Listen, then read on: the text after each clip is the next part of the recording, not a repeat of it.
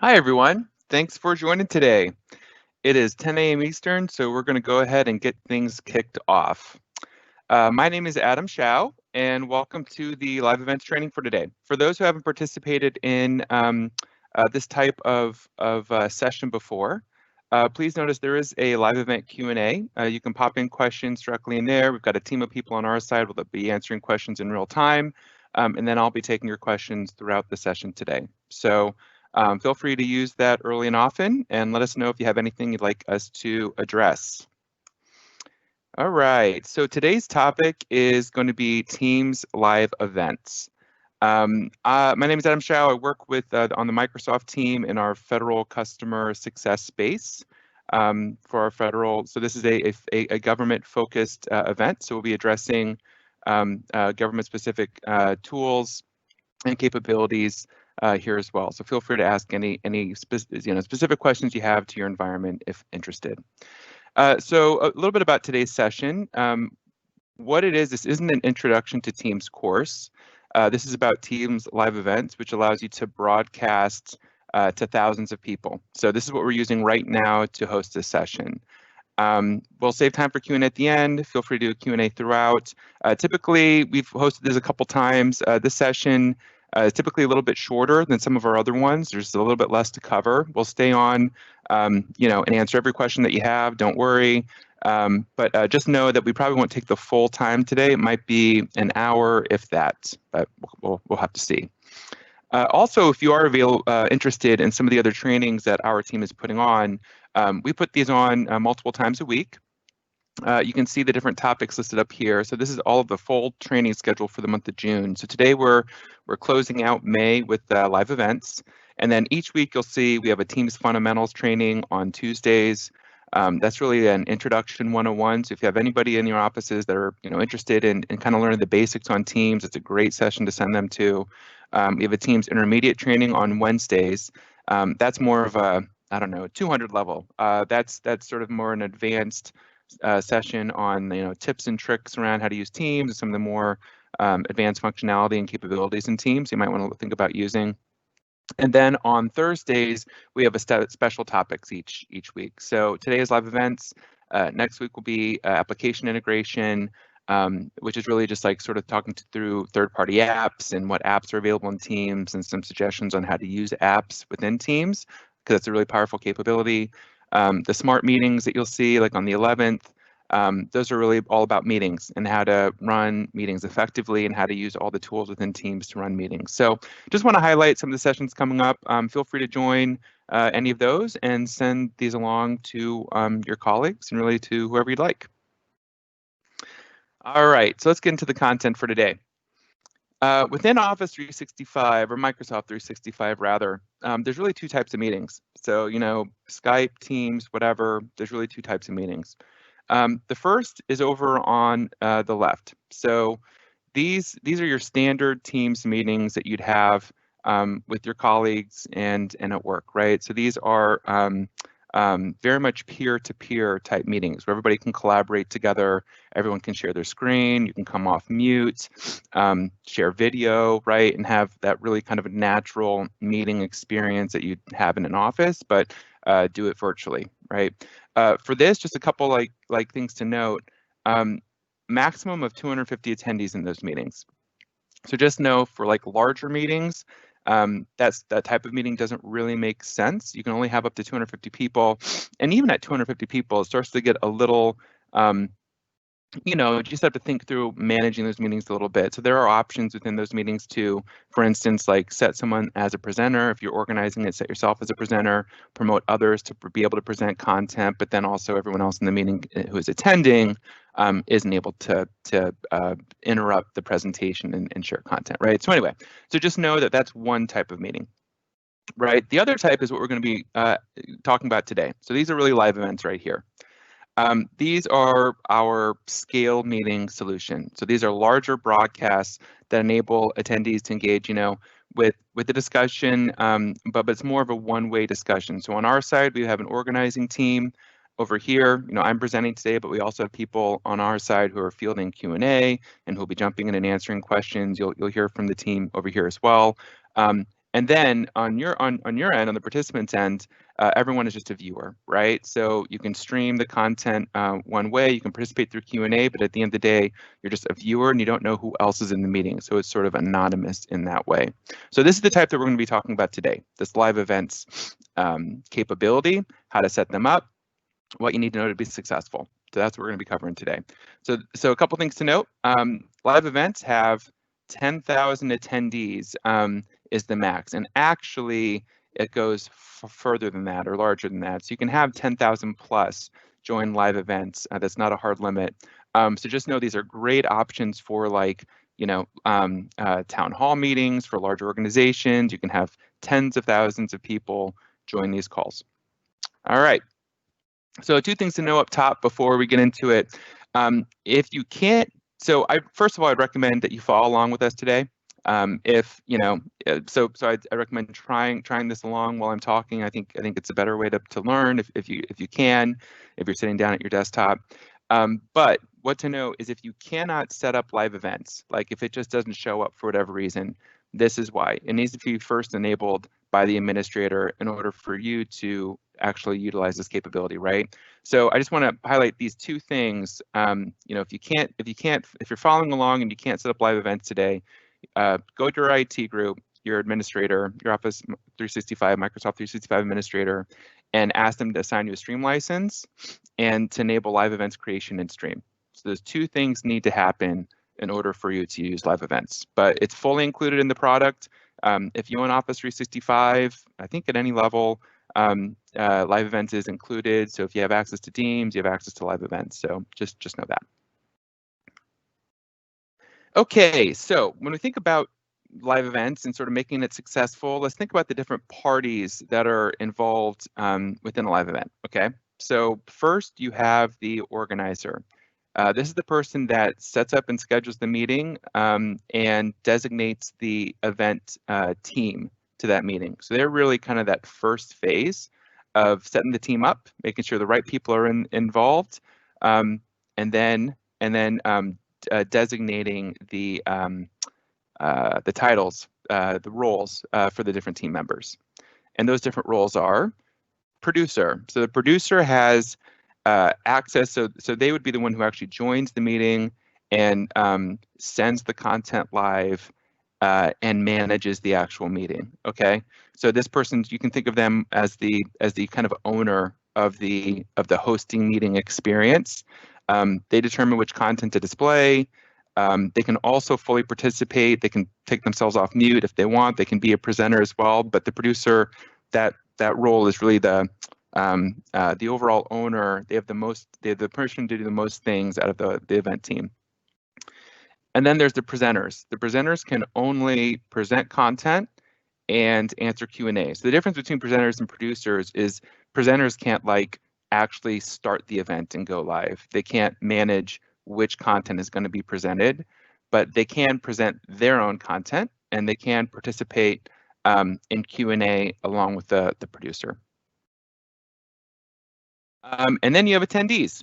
So we're using live events right now. That's all of you listening to me right now. So you can view this event online. You can of course view it, stream it in. You can post questions and participate with the organizing team. And then also after we end this event today, you can go back and you can watch the recorded presentation if that's enabled after the fact. If you want to watch it, you know, if you can't make the actual time for some reason, you can go back and watch it afterwards. All right, so let's talk about the experience for each one of these four, and that's really what is going to be the sort of the talk track for today. Is we're going to go through each one of these four and just show you what live events looks like, how you do it, and share some tips to make sure you're successful. All right, so let's start with the organizer, person actually scheduling the live events. Hey, I do have a deck, but I'm actually going to pull up my my demo tenant here. So for the rest of the presentation, we're going to use a deck, but for this, I do want to show you actually what it looks like and how to schedule it. Okay, so let's see. So this is Teams. So probably most of you are very familiar with Teams at this point. You may have attended some of the other sessions that we've offered so far. So I won't spend too much time on too much time on Teams here. But just one thing to note, right? You have the toolbar over here on the left, this left rail, and this calendar button is where you're going to be scheduling most of your meetings and where you have to go really to schedule live events. So this is a mirror image of your Outlook calendar. So just know this is not like a separately managed calendar or anything like that. This is, should look one-to-one the same as when you pull up Outlook and look at your calendar there. It should be the exact same information, same calendar details in each place. But in order to set up a live events, you can't use Outlook. You have to use Teams. Okay, so just know you have to schedule through Teams. So first thing you do, go to calendar, and this new meeting at the top right is where you go to set up a new meeting. Okay, new meeting. So it's sort of hard to, you might not notice it unless you know about it, but so this is a standard Teams meeting. If I set this up, that is, back to that first slide that I showed, this is that, standard Teams meeting for 250 people or less, right? So that's what this is by default. So by default, that pops up. If you want to set up a live meeting, this little down arrow here, that little symbol, is what you have to click. So if you click this, you see you have two different options, new meeting and new live event. So if I go to new live event, you'll see the invite changes. So now I have some information about what live events are. I'm setting up a live event.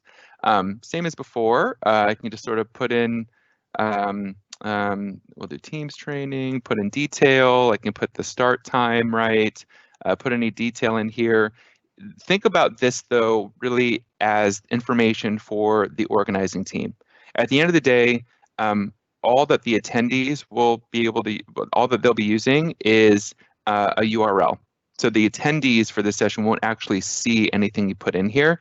This is really to get the session scheduled, get the team in place, get that invite on the organizing team's calendar, and provide the URL that you're going to be sharing with your audience. Okay, so just know that this won't go out. If you're planning like a 10,000 person live event, this information won't go out to 10,000 people. This will only go out to the people on the organizing team. Okay, so you put this in, whatever information you want to put in. You invite presenters over here. So this looks very similar to a standard Teams meeting. So let's say I want to invite Deborah, and I can also invite, just to kind of highlight, guests to my tenant. So if you have guests that you've invited in your tenant, so outside of your organization, you can also include them in your live event. Okay. So just wanted to highlight that. You have Bob as a guest and Deborah here. So you'll also note, so I'm signed in as the administrator. You'll notice that as the organizer, I am by default the producer. So that means I have full ownership over like starting the meeting and the most rights to the meeting. Now, if I want to leave that, that's fine. If I want to be the one that manages it and I don't want anybody else to mess with it, cool.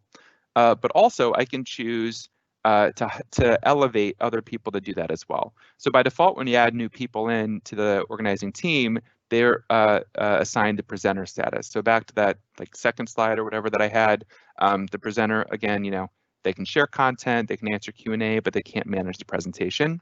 But if I wanted to make sure that Deborah has the rights to manage a presentation for whatever reason, I wanted to partner with her on that, all you have to do is click the little down button here and click producer. And now she has full rights to the presentation. Okay, so I found it's a lot easier to set up this team ahead of time than like forward it to people. I think either works, but I would really recommend before setting up the live event, just think through who you want on your team, who you want there with you answering Q&A, who you want to be the presenters, and then add them this way would be my recommendation, just to make sure it all sort of seamlessly works. And you should be good to go. Okay, so this is the first set, just the details internally here, and then the team. Click next. All right, so I have three different options you can see on the type of live event. So this is really our settings screen. So this is really setting up the meeting in the way that we want to set it up. And definitely you want to spend a little bit of time here just to make sure you set it up in the way that you want to. Okay, and we're going to go through all the settings. Three different types of live events meetings. The first are, which I really rarely use, are just for people in groups, specific people in groups. So this would be like if you wanted to send out to a large distribution group, maybe you have like a DL with 5,000 people on it for, you know, a certain department or whatever it is, and you just want to invite people from that department, you can use this option. I actually really haven't used this much in the past, but it is an option.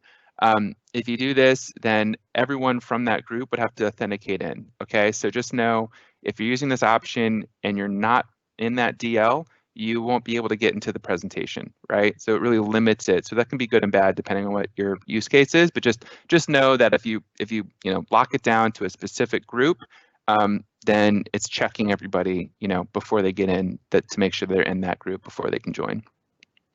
The next, which I use a lot more often, is org-wide.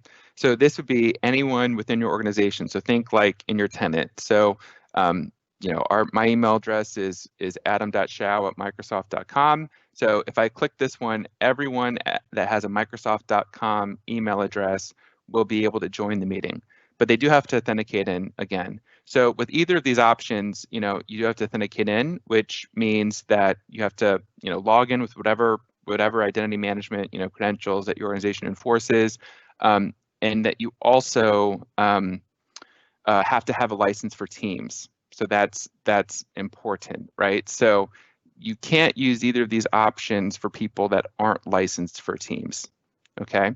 So so just know that each of these sort of restricts based on who you're sending it to, and they have to use Teams to join. They have to authenticate and use Teams to join. Then there's this next option, which I need to enable in my tenant, but this is what we're using right now.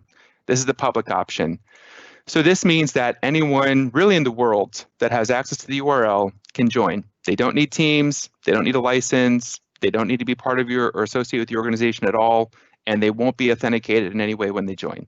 So they'll be joining anonymously, technically, although they are prompted to put in their name, and most people do that, right? So you should know who's joining, but just know that, like for public events, there's no enforcement of identity, you know. So I could join, my name's Adam, I could join as I don't know, Ben or something, and I would show up on the report that you get afterwards as Ben, right? So anyway, just know that. So it's a different type of meeting. It's a lot easier to access because it's just a URL, and all you need is a browser, or you can access via your phone, really anywhere with connectivity and a browser. Click the URL, you're in, you're good, okay? But just know that it's that different type that's not authenticated, or identity isn't authenticated in that way with the public option. Okay, so first you got to choose which type of event you want to set up.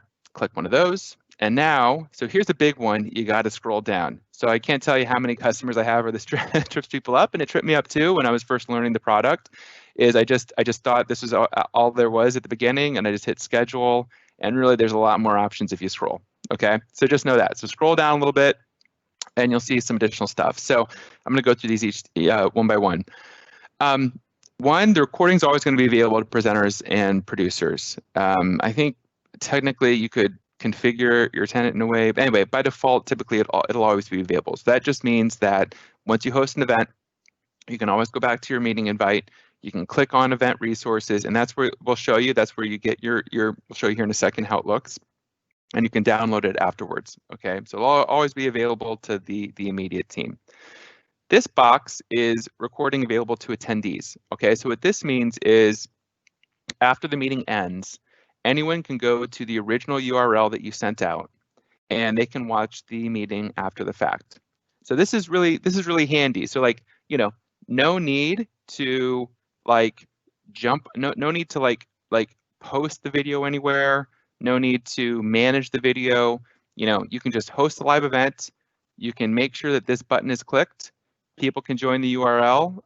If they join, you know, late, by late I mean after it's ended. If they join during, they'll always get it live, right? But if they join late, what they'll see is the video recording pop up.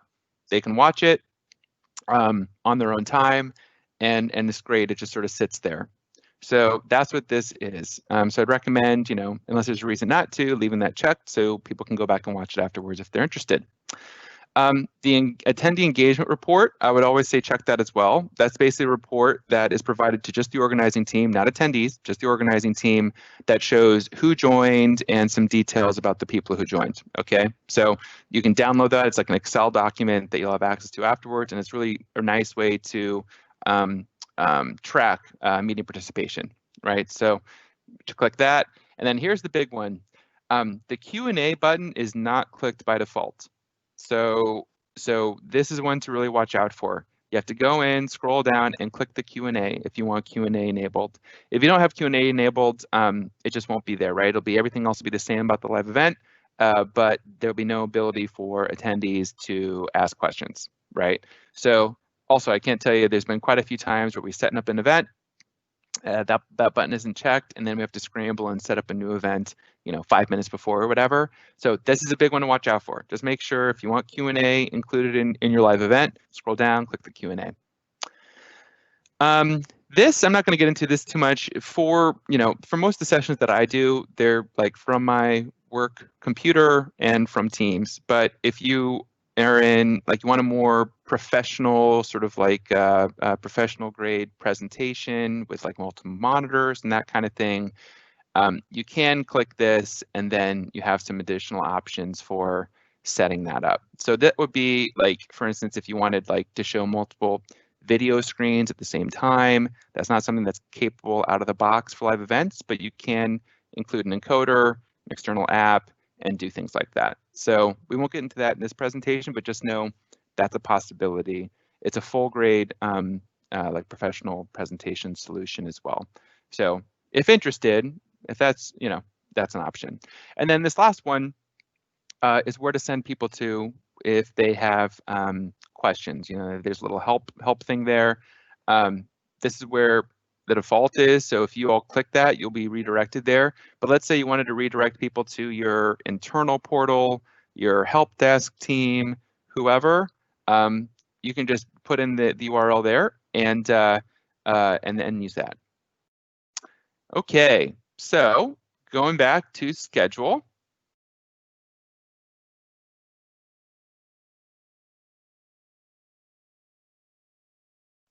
And so here's what you'll see pops up. Basically, so we have this like invite attendee link available here. This is really, at the end of the day, all you need to get to your attendees, okay?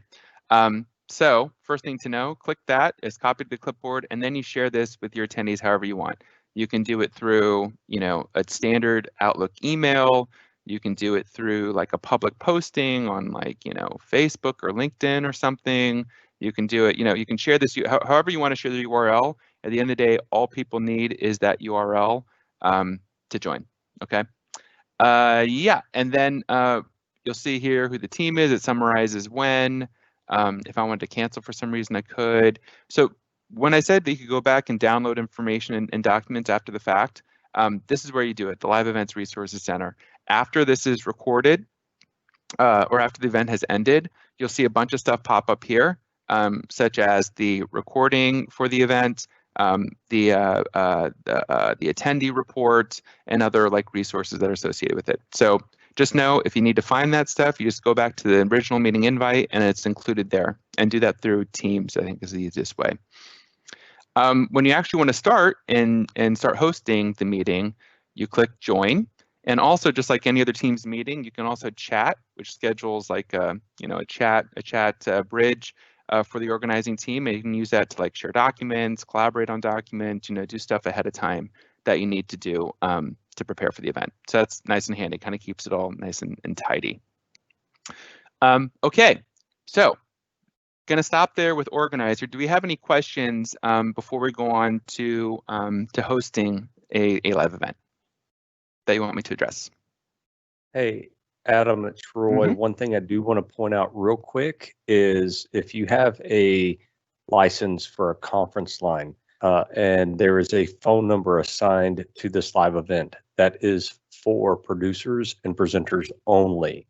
If you hand that number out, it has a limit, just like with Teams meetings of 250 people. You will fill that up and it will become very difficult to control the muting of those attendees who really should be on the other side of the web link, right? They're going to come into your meeting as a producer or presenter, depending on how that's shared out, and they will have the ability to come off mute. So be very careful if you have that conference number assigned to your live event that you do not share that with attendees. Great call out, Roy, and that's something I should have mentioned. Yeah, live events is not enabled for like full dial-in conferencing. It's not a conferencing dial-in solution. So live events is only streaming. Okay, the organizing team. So in this example, myself as the organizer, Bob and Deborah. You know, if we had that assigned to a tenant, we would have a call-in bridge. So basically, you know, how you can use that is like, if someone that you're working with just wants to dial in and do audio, they don't want to mess with presenting anything, they don't want to mess with the video feed, none of that. They just want to talk and do audio. That's a great option, because what you can do is you can like send that person, you know, as a part of the presenting team, that conference dial in. That person can dial in, they can talk, and then they put themselves on mute when they don't want to talk, right? So it's great from like an organizing and presenting perspective. But to Roy's point, attendees only can stream. They can never dial in. So that is a difference between Teams meetings and live events. And there's, you know, a technical reason for that. It would just kind of get too unruly to have like tens of thousands of people calling in. So streaming is really the only option there. So yeah, be careful not to share that information. Great call out. Anything else?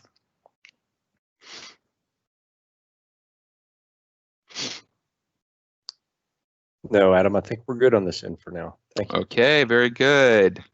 All right, so let's imagine I just click join. And unfortunately, I can't demo the rest of it. We're going to have to use slides just because another thing to call out is live events. Right now, I'm in Teams in my browser, right? And I'm actually hosting this live event with you all through my Teams client, my desktop client. And one thing to mention about live events is you cannot host a live event in a browser. You have to use a Teams client. So make sure you have a Teams client to actually host and produce and, you know, participate, present in the live event. Okay, so let's pretend that I click the join here, and then we'll just walk through the rest of it through some slides. So here is how you would host a live event. So one, I'm going to click the meeting invite, right? And just like we saw in my demo a second ago, we have this meeting. We click join. It takes you to we call it internally like the powder room, right? So this kind of takes you to that same Teams pre-meeting space where you can set up your settings that you need. So you can choose to turn on your video here if you want to present your video right away to the organizing team. You can choose to mute yourself or not. So again, this is just to the organizing team. So in that example we showed earlier, just to myself, Bob, and Deborah. But just, you know, just like any other team meeting, you have the ability to do that. And you can also change your devices here, right? So just kind of, you can get yourself set up first, click join. And here's what the producer presenter screen looks like. Okay, so I'm going to go through sort of just top to bottom what we're seeing here. So this is really how you manage these live events. So up top, you'll see title of the meeting and how many attendees are joined. So it's pretty cool. So like throughout your presentation, you can actually see that number go up and down, which is nice to see, just to kind of give you an idea of how many people are out there listening to you talk, right? This pre-live here shows that you haven't gone live yet. Such as an indication that you're just in the prep mode. So all good there, right? So this is what you'd see sort of as you get set up. Over here on the left, we have the queue screen. So this is what you'd use to preload your content in.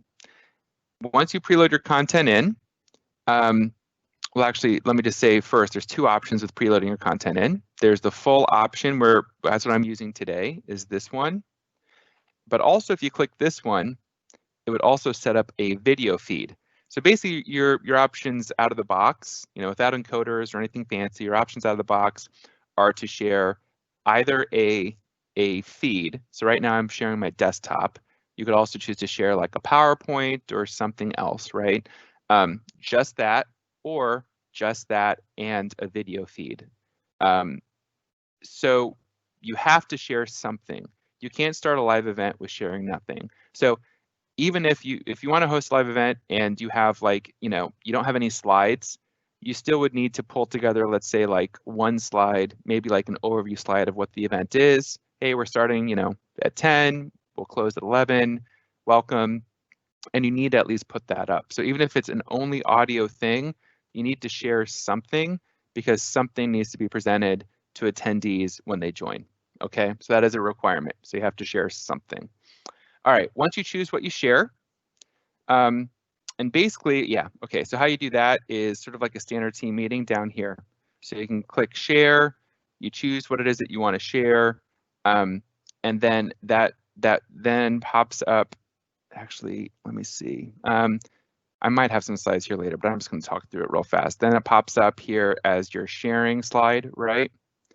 And then you click that, and then it preloads up here. So that's kind of the process. 1, click that, 2, click that, 3 pops up, and then 4, you click send live. Once you've clicked send live, it'll pop up over there. So I have some more slides to kind of go through that, but just kind of giving you a heads up. All right, so let's take a little bit and look through this stuff. What is that stuff? We have a couple of different options. So one, you have your Q&A feed. So this is what we're all using to interact with all of you. When questions come in, they come in through this incoming Q&A feed. And so this, Daniela just posted a question. It looks like.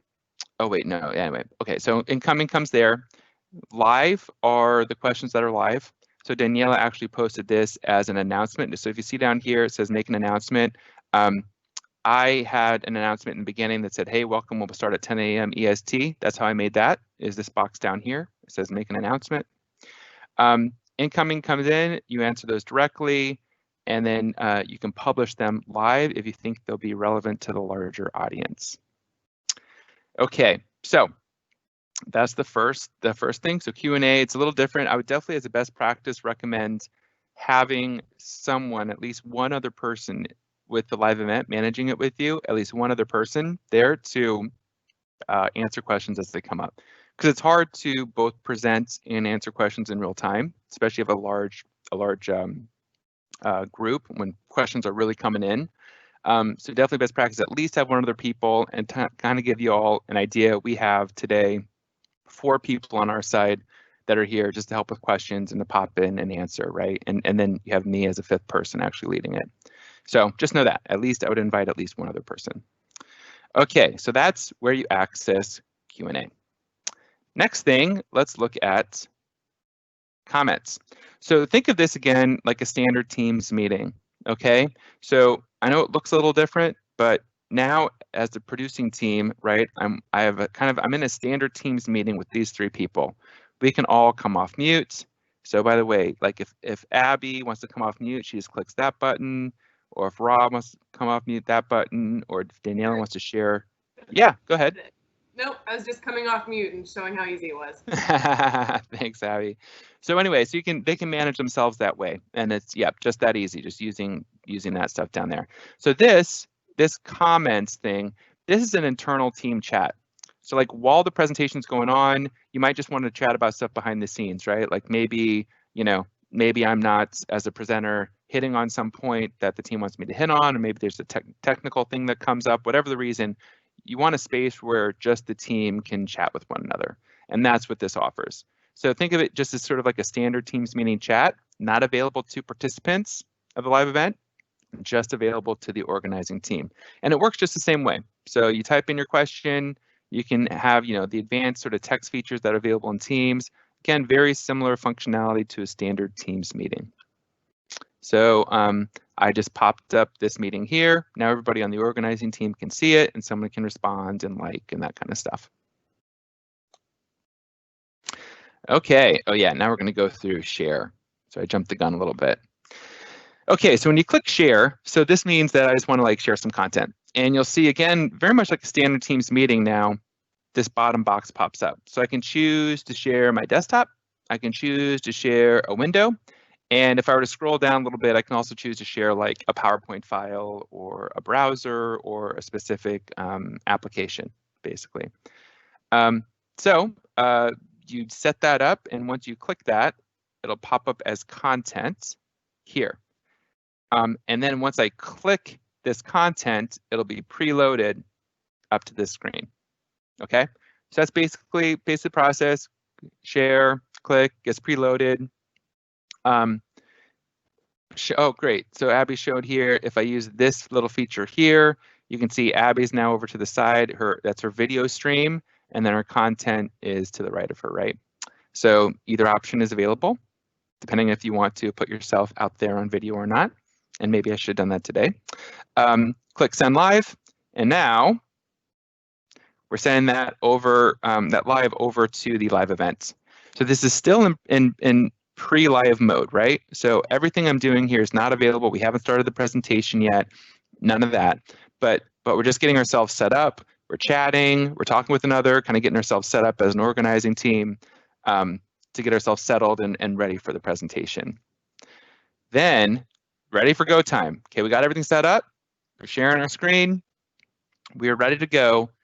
Start button over here is how to do that. So click that. You'll get a notification saying, are you sure you want to start? Because once you start, you cannot stop.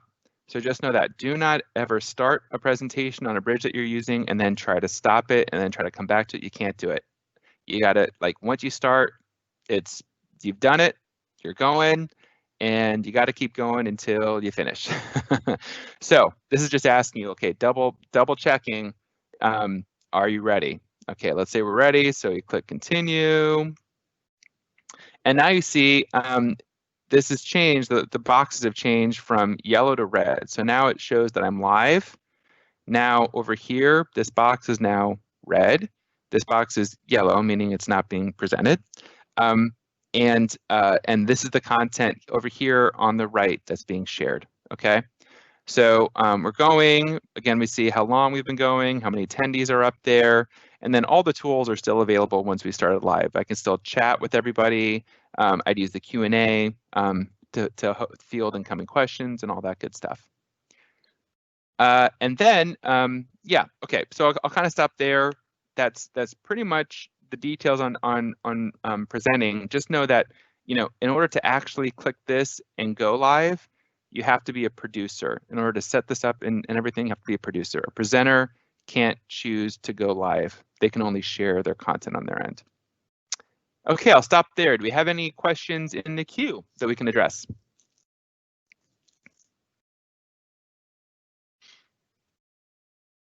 Adam, still waiting for some questions to be answered back from Teams Engineering. There's one about sharing or including system audio within a live event. So we're just double checking to make sure that that feature is available in the CVR tenant.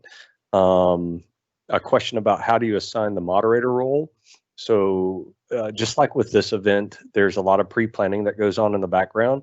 And if you want your live event to be successful, we highly recommend that you do that pre-planning on the back end and then maybe have some trial live events before your actual live event so you can produce it out and you can learn exactly how we're teaching you here, how to switch between shared content and shared video streams, and just plan it out. That way you know exactly when someone starts talking, you can switch over to them. When there's a question to be asked and someone has to go off mute, that they're paying attention and that they come off mute and they answer at the appropriate time. So a pre-planning of your live event is essential. Really good point. Yep, and then there's a question here about the 10 to 20 second delay between what is being broadcast and what the attendee sees. What I want to tell you from my experience is it's fluid on the back end, right? So I'm actually about 20 seconds in the future, and what you're seeing, excuse me, is being rendered in something called a content delivery network. So the live event is actually streaming from one of our Azure data centers, and that's what causes the delay. So it's seamless to your attendees, it's seamless to your producers, presenters, and organizers. this is very natural and very fluid for us, because when Adam comes off mute, if I'm paying attention, I immediately come off mute, and then we talk, and your attendees are none the wiser of that. Really good call. And I guess that would just say, that slight delay means that try to start on time, because even if you start right at time at like 10 o'clock, that means on the receiving end, people get it around 10, 10 and 20 seconds later. So that's all. Yep. Okay. And that's all I got for now, Adam. Thanks. Cool. Thanks, Roy. Perfect. All right. So moving on to the last piece, viewing and participating in live events as attendees. So, I don't really even need to go through this too much because you're all doing this today, right? But I do just want to kind of highlight how to do it. So basically, in some way you need to share the URL. In this example here, we've created a meeting and we've sent that out to our attendees, and we've posted the URL in the attendees, so, or in the link details. So you see here, this isn't like a standard meeting. This is just like a calendar block. And then what we did is we typed in this text here, including we made a nice link for the live event. Because at the end of the day, all an attendee needs is to click the link to join. Also, what I've done in the past is help my customers set up registration pages. The way that I've done it is using Office 365. You could use other, outside of Office 365, do it within Office 365. We use Forms, which is our survey tool, or form tool. It's pretty simple to use, and we set that up. And what we did is we set up using Power Automate, set up a flow. So we sent out the registration page as a link. People had to put in their information, like who they are, what business they are coming from, whatever information you want people to register in. And then once they click post, then they got an email saying, welcome to the webinar. We're excited that you're joining. Here's a link to join. So they didn't get that URL until they filled out the registration page. You could do that in some way if you're interested in doing that, or you can just share it directly, right? However you want to manage that, but at the end of the day, all they need is that URL to join.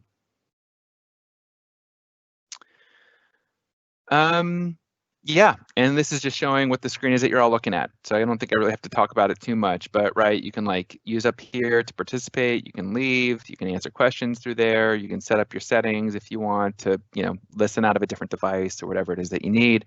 You can also use this bar down here to scroll through. Like, let's say you come in a little bit late or whatever. If someone says something, you want to rewind back a couple minutes, you can do that too. So, yep, pretty interactive. If you use Q&A, a lot of you hopefully already figured this out. Looks like you already have, but this is how you present questions, right? And how we can respond to you is through the previous section's format or layout. And that's really it. So probably not too much to mention there. Final thoughts. Just want to mention a couple of things. Live events is, typically I use live events as I'm doing today, just with Teams, just with my work computer, very easy to do, very much out of the box. Also, it is a studio grade presentation solution. I think I already mentioned this earlier, but if you want to, you can connect additional cameras, you can connect external audio. When our CEO does our internal all hands, which is out to like a bunch of people, what they do is they have multiple feeds, multiple video mics for the people that are presenting, right? So it's more of a production, and this is what they use for that, okay? Typically, though, you'll probably be doing what we're doing, which is just this out of the box. But just know, here's a few partners that we work with if you're interested that are compatible. They have encoders that are compatible. There are others too. Just want to highlight a couple if you have any interest in exploring that. That more professional grade type of meeting. And with that, we're going to go ahead and just take some questions. That's really all the content we had for you today. And actually, before we take questions, I'll again just leave this this slide up for you so that you know what sessions are coming up. Okay, so any other questions that we can cover, please put them in the queue and we'll get to everything before we close out today. So do we have anything else?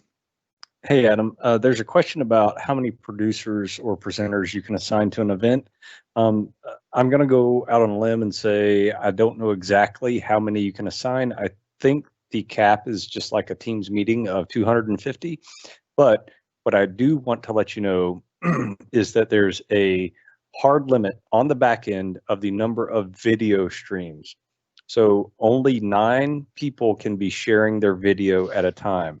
You can have 20 people as producers or presenters, but only 9 of them with their camera actually turned on at one time. If you have 9 and the 10th person turns their camera on, it doesn't stream. Someone in the previous 9 has to turn their camera off. So it's a good practice during live events to only have the cameras on for people who you want to stream their video. Great call out. Yeah, and I think you're right on that, Roy. I think you're spot on. I wouldn't recommend having more than like, I don't know, well, whatever. I wouldn't have too many people in the room. You could, but yeah, you have the ability to add in way more people than you'll probably need. Yep.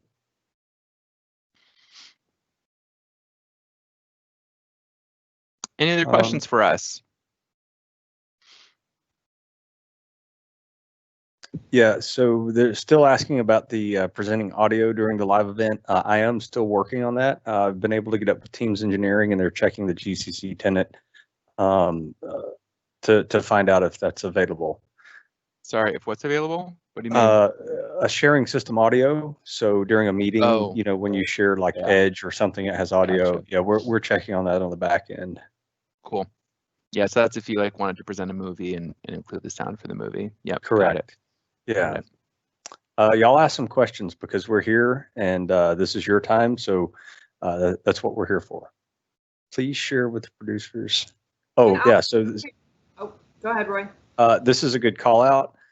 So the yellow box is the queue. When you're looking at your producer screen, the yellow box is the queue. And E or whoever this was here said, just make sure that you let everybody know that the red box is the live event. That indicates what's being shared. Abby, over to you. I was just going to say there's a question in here talking about in a standard Teams meeting, is there a way to talk internally? And the answer is no. For Teams meetings, you can have up to 250 people, but all that chat will be viewable to anyone who is in a standard Teams meeting. Live events gives you the capability to have an open Q&A and then an internal only chat function. So that was just a distinction I wanted to make sure everyone was aware of.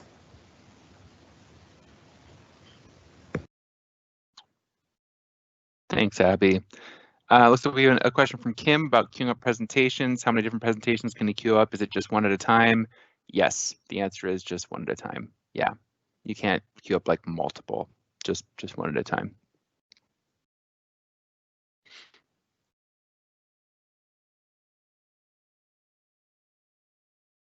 And listening on other devices, hey, just know Michael's asking about listening to a live event through other devices. Yeah, so you can join a live event through, and basically anything where you have, internet connectivity and a browser, so you can join via your phone, you can join via your computer or a tablet, however you want to do it is all good. Just know if you set it up for one of those, if you remember those first 2 options, the internal one for a DL or an organization one, that they'll have to authenticate and use Teams. For public events, super easy, any URL, any device. But for you as participants in the meeting, you can go back, and if you want to listen out of a different device, which I think is what the question is asking, basically you go to the settings button here. So this is what you all should be seeing right now. Go to that settings button there, you can manage what devices you're using. So kind of similar to a Teams meeting where you can manage like your mic, your audio. You can go there and manage that. So let's say you don't want to use your headset, you want to use like a speakerphone, you can change that there, the hidden settings.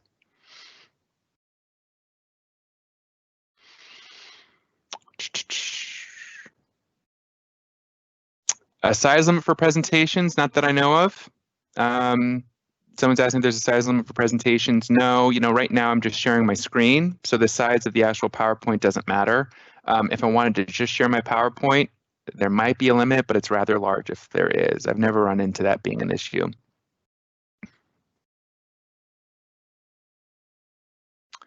The presenters will see I have someone asking, will presenters be seeing the presentation while they're waiting to speak, or will they be seeing the same view as producers? They'll only, so you'll only see what you're all seeing now. Like, you won't see any of the view on the producing side. So you'll only see, once you've gone live, the content and in the Q&A that's responded to you. So you'll never see that other screen as an attendee. Only the producers get to see that.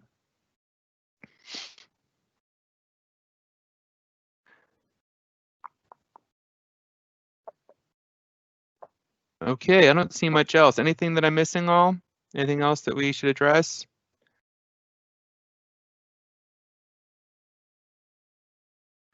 Yeah, one more just to ask, with the 9 video feeds, does only the moderator decide when to switch them out? And it's anyone who is designated as a producer can switch out. Absolutely. Yeah, so on that, what I'll say is part of the production of that and part of the responsibility of being a producer is kind of knowing when to switch that out.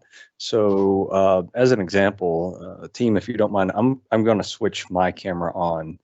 And what we'll do, Marvin, or would anybody mind switching their video on as well?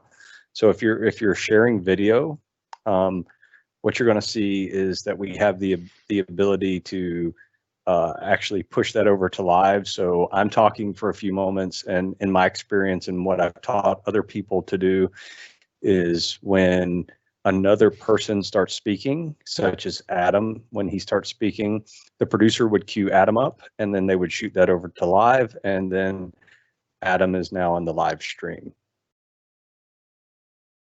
So it makes it a very fluid experience on the back end for your users. And then we just, we're going to go back to the presentation, and everybody's going to hide.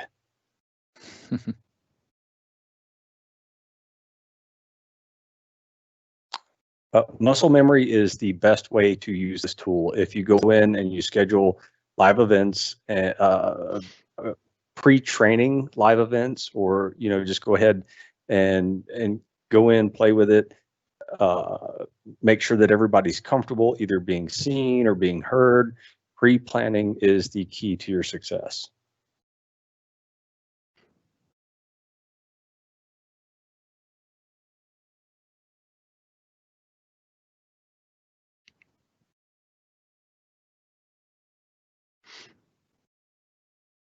Okay, I think we've answered most everything. I hope this is helpful today. Please feel free to attend some of our other sessions and provide feedback to your Microsoft account teams if interested. All right. And Abby, anything about watching after the fact that you want to mention to the group? I will have the video posted this afternoon up on the Point Drive. The link is in there under the announcements. And if you'll see on that Point Drive, the first 3 assets are resources. There's a quick start guide for teams and government. The schedule for June training is also available at that link. So it's got some good stuff. Everything is in chronological order, and for maybe some of the, I'm biased, but the best presentations, Adam Shao and Abby Quinn. Appreciate the call out. All right, so we're going to go ahead and close down. Looks like the questions have more or less stopped here. So, hey, thanks all. Thanks for joining, and hope to see you on another one in the future. Take care.